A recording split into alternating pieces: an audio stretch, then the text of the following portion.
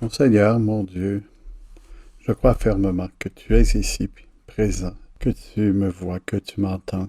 Je t'adore avec toute la piété qu'il m'est offert de te donner et te demande pardon de mes péchés et la grâce de faire avec profit ce moment de conversation avec toi, ma mère Marie Immaculée, mon Père Saint-Joseph, intercédez pour moi.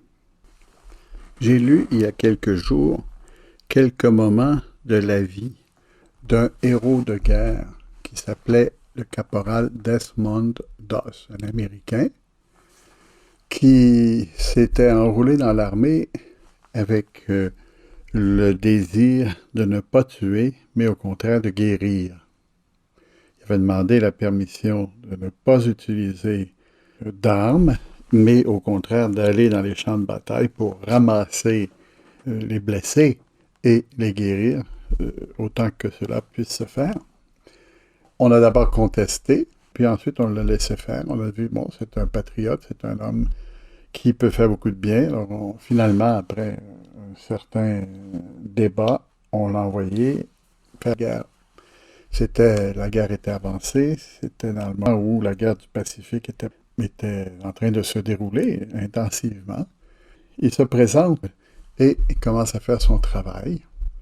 Après un an, il se retrouve dans une des batailles les plus dures de toute la guerre du Pacifique, la bataille d'Okinawa. Plusieurs romans, plusieurs films ont décrit les atrocités et aussi les actes de bravoure des soldats là-bas.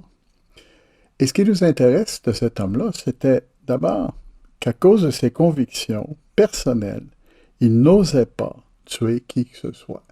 C'était un adventiste, une secte protestante américaine, et il était profondément pacifiste, mais il croyait aussi à la grandeur de son pays, qui avait été amené dans la guerre par les Japonais, et il voulait défendre les États-Unis et les soldats qui s'y trouvaient. Alors, il a été envoyé à plusieurs endroits, mais à Okinawa, il s'est retrouvé un jour dans une bataille assez étrange. Les Américains étaient en bas d'une falaise de 120 mètres, dépendant des sources. Ils étaient protégés par la falaise. Mais en haut avait lieu la rencontre entre les soldats des deux pays. Et c'était épouvantable, c'était un carnage pour les Américains. Ils étaient attendus, puis on leur tirait dessus. Au point où on a décidé de retirer les Américains en laissant les cadavres. Les blessés, il faut les ramener. Et il y en avait beaucoup. Alors il s'est mis à travailler pour ramasser chacun des blessés. C'est un homme qui croyait, c'est un homme de Dieu. Il voyait qu'un homme qui agonise, on doit l'accompagner, on doit l'aider, lui montrer un réconfort spirituel et le traiter comme un être humain. Aussi prenait-il sur lui-même, comme brancardier, de ramasser chacun de ses malades après avoir donné les premiers soins et de les redescendre à la falaise. Le problème étant qu'à chaque fois qu'il passait par là, on tirait autour de lui, on cherchait à tirer sur lui. À un moment donné, il s'est rendu compte que c'était désespéré, mais qu'il fallait quand même faire son devoir envers son prochain. Aussi disait-il au Seigneur, « Dieu, aide-moi à en sauver un de plus. » C'est un endroit qu'on appelle Hacksaw Ridge, dont on a fait un film il y a quelques années. Un film assez dur, mais un film aussi plein d'amour, de charité envers le prochain. Et dans cette tuerie, cet homme-là en avait laissé peut-être 7, 8. Il disait, Seigneur, encore un autre, encore un autre, encore un autre. Malgré certaines blessures que lui-même avait eues, parce qu'il était percuté à l'occasion par des éclats d'obus, et aussi malgré le fait qu'on essayait toujours de lui tirer dessus. Et c'est un miracle qu'il ait réussi à en sauver approximativement 75. C'est extraordinaire, vraiment.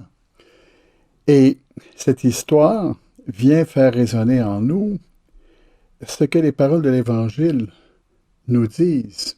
le Seigneur propose un plan qui n'est pas très aguichant au niveau de ce qui va se passer.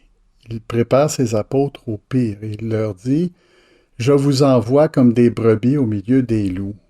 Soyez donc prudents comme les serpents, candides comme les colombes. » C'est-à-dire, laissez-vous pas manger la laine sur le dos, mais essayez quand même de faire ce que je vous dis. Méfiez-vous des hommes. Ils vous livreront aux tribunaux. Ils vous flagelleront dans leur synagogue. Alors, on parle d'Israël. Ensuite, le Seigneur leur dit, on parle aussi d'autres endroits dans le monde. Vous serez conduits devant des gouverneurs et des rois à cause de moi. Il y aura là un témoignage pour eux et pour les païens. Quand on vous livrera, ne vous inquiétez pas de savoir ce que vous direz, ni comment vous le direz. Ce que vous aurez à dire vous sera donné à cette heure-là. Je vous protégerai. Mon frère, ma soeur, lorsque c'est difficile pour nous de faire quelque chose, de faire nos devoirs, de se tenir debout devant des gens peut-être qui sont sarcastiques, méchants, des gens qui nous proposent des solutions non chrétiennes à des grands problèmes vitaux, des gens qui ricanent devant la foi. On doit se rappeler que, oui, on va être présenté à ces gens-là, mais que le Seigneur va être avec nous, que l'Esprit Saint va nous accompagner. Le Seigneur nous dit, même dans les familles, ça va se passer. Vous serez détestés de tous, c'est la cause de mon nom. Évidemment, pas toujours et pas partout. Mais le Seigneur les prévient, ça vous arrivera. D'ailleurs, ils sont tous morts martyrs. Quand on vous persécutera dans une ville, allez dans une autre, continuez, ne vous arrêtez pas, restez fort. Et il dit, vous n'aurez pas fini de passer dans toutes les villes d'Israël que le Fils de l'homme viendra. C'est-à-dire que dès le moment où ils vont essayer de faire la volonté de Dieu et de travailler fort pour lui, ils auront le courage et ils auront aussi les résultats. L'amour de Dieu va se répandre parce que le Seigneur, avant même qu'il soit rendu partout dans le monde, aura déjà été avec eux à travers l'Esprit Saint. Alors, c'est une grande rassurance que le Seigneur nous donne. Il nous dit, soyez forts et vous recevrez les fruits de cette vertu de la force dans la base de la charité et vous recevrez aussi comme fruit une plus grande charité. Bon, ça c'est quelque chose qui est encourageant, ça nous donne du courage. La force, comme le dit le catéchisme de l'Église catholique au numéro 1808, est la vertu morale qui assure dans les difficultés la fermeté, la constance dans la poursuite du bien. Elle affermit la résolution de résister aux tentations, de lâcher, de surmonter les obstacles dans la vie morale. La vertu de la force rend capable de vaincre la peur, même de la mort. Alors voilà. Cet homme n'avait peur de rien, semble-t-il. Or, dans des entrevues, il dit comment il avait peur, mais que sa foi et que son amour de Dieu lui faisaient aller au-delà de tout ça. Et il avait le sens d'une mission que Dieu lui avait confiée, ce qui était très juste, parce que il a sauvé des vies, beaucoup de vies. Et nous voulons aujourd'hui nous mettre dans le contexte que même si des fois c'est un peu difficile de parler de Jésus dans notre entourage, c'est jamais si pire que ça. C'est jamais dans une situation où on va être maltraité. Et si le cas arrivait, on va être prêt, parce que le Seigneur nous accompagne. L'Évangile d'aujourd'hui est exigeant, mais l'Évangile d'aujourd'hui aussi est plein de promesses.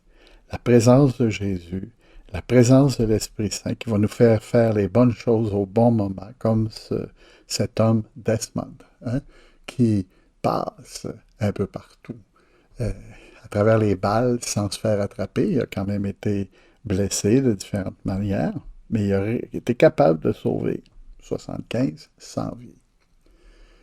Aujourd'hui, nous voulons demander au Seigneur qu'il nous donne le courage d'être des bons porte-voix du Seigneur et que nous soyons comme les apôtres, prêts à tout, sachant que normalement, nous n'aurons pas à faire tout. Il va nous en demander beaucoup moins.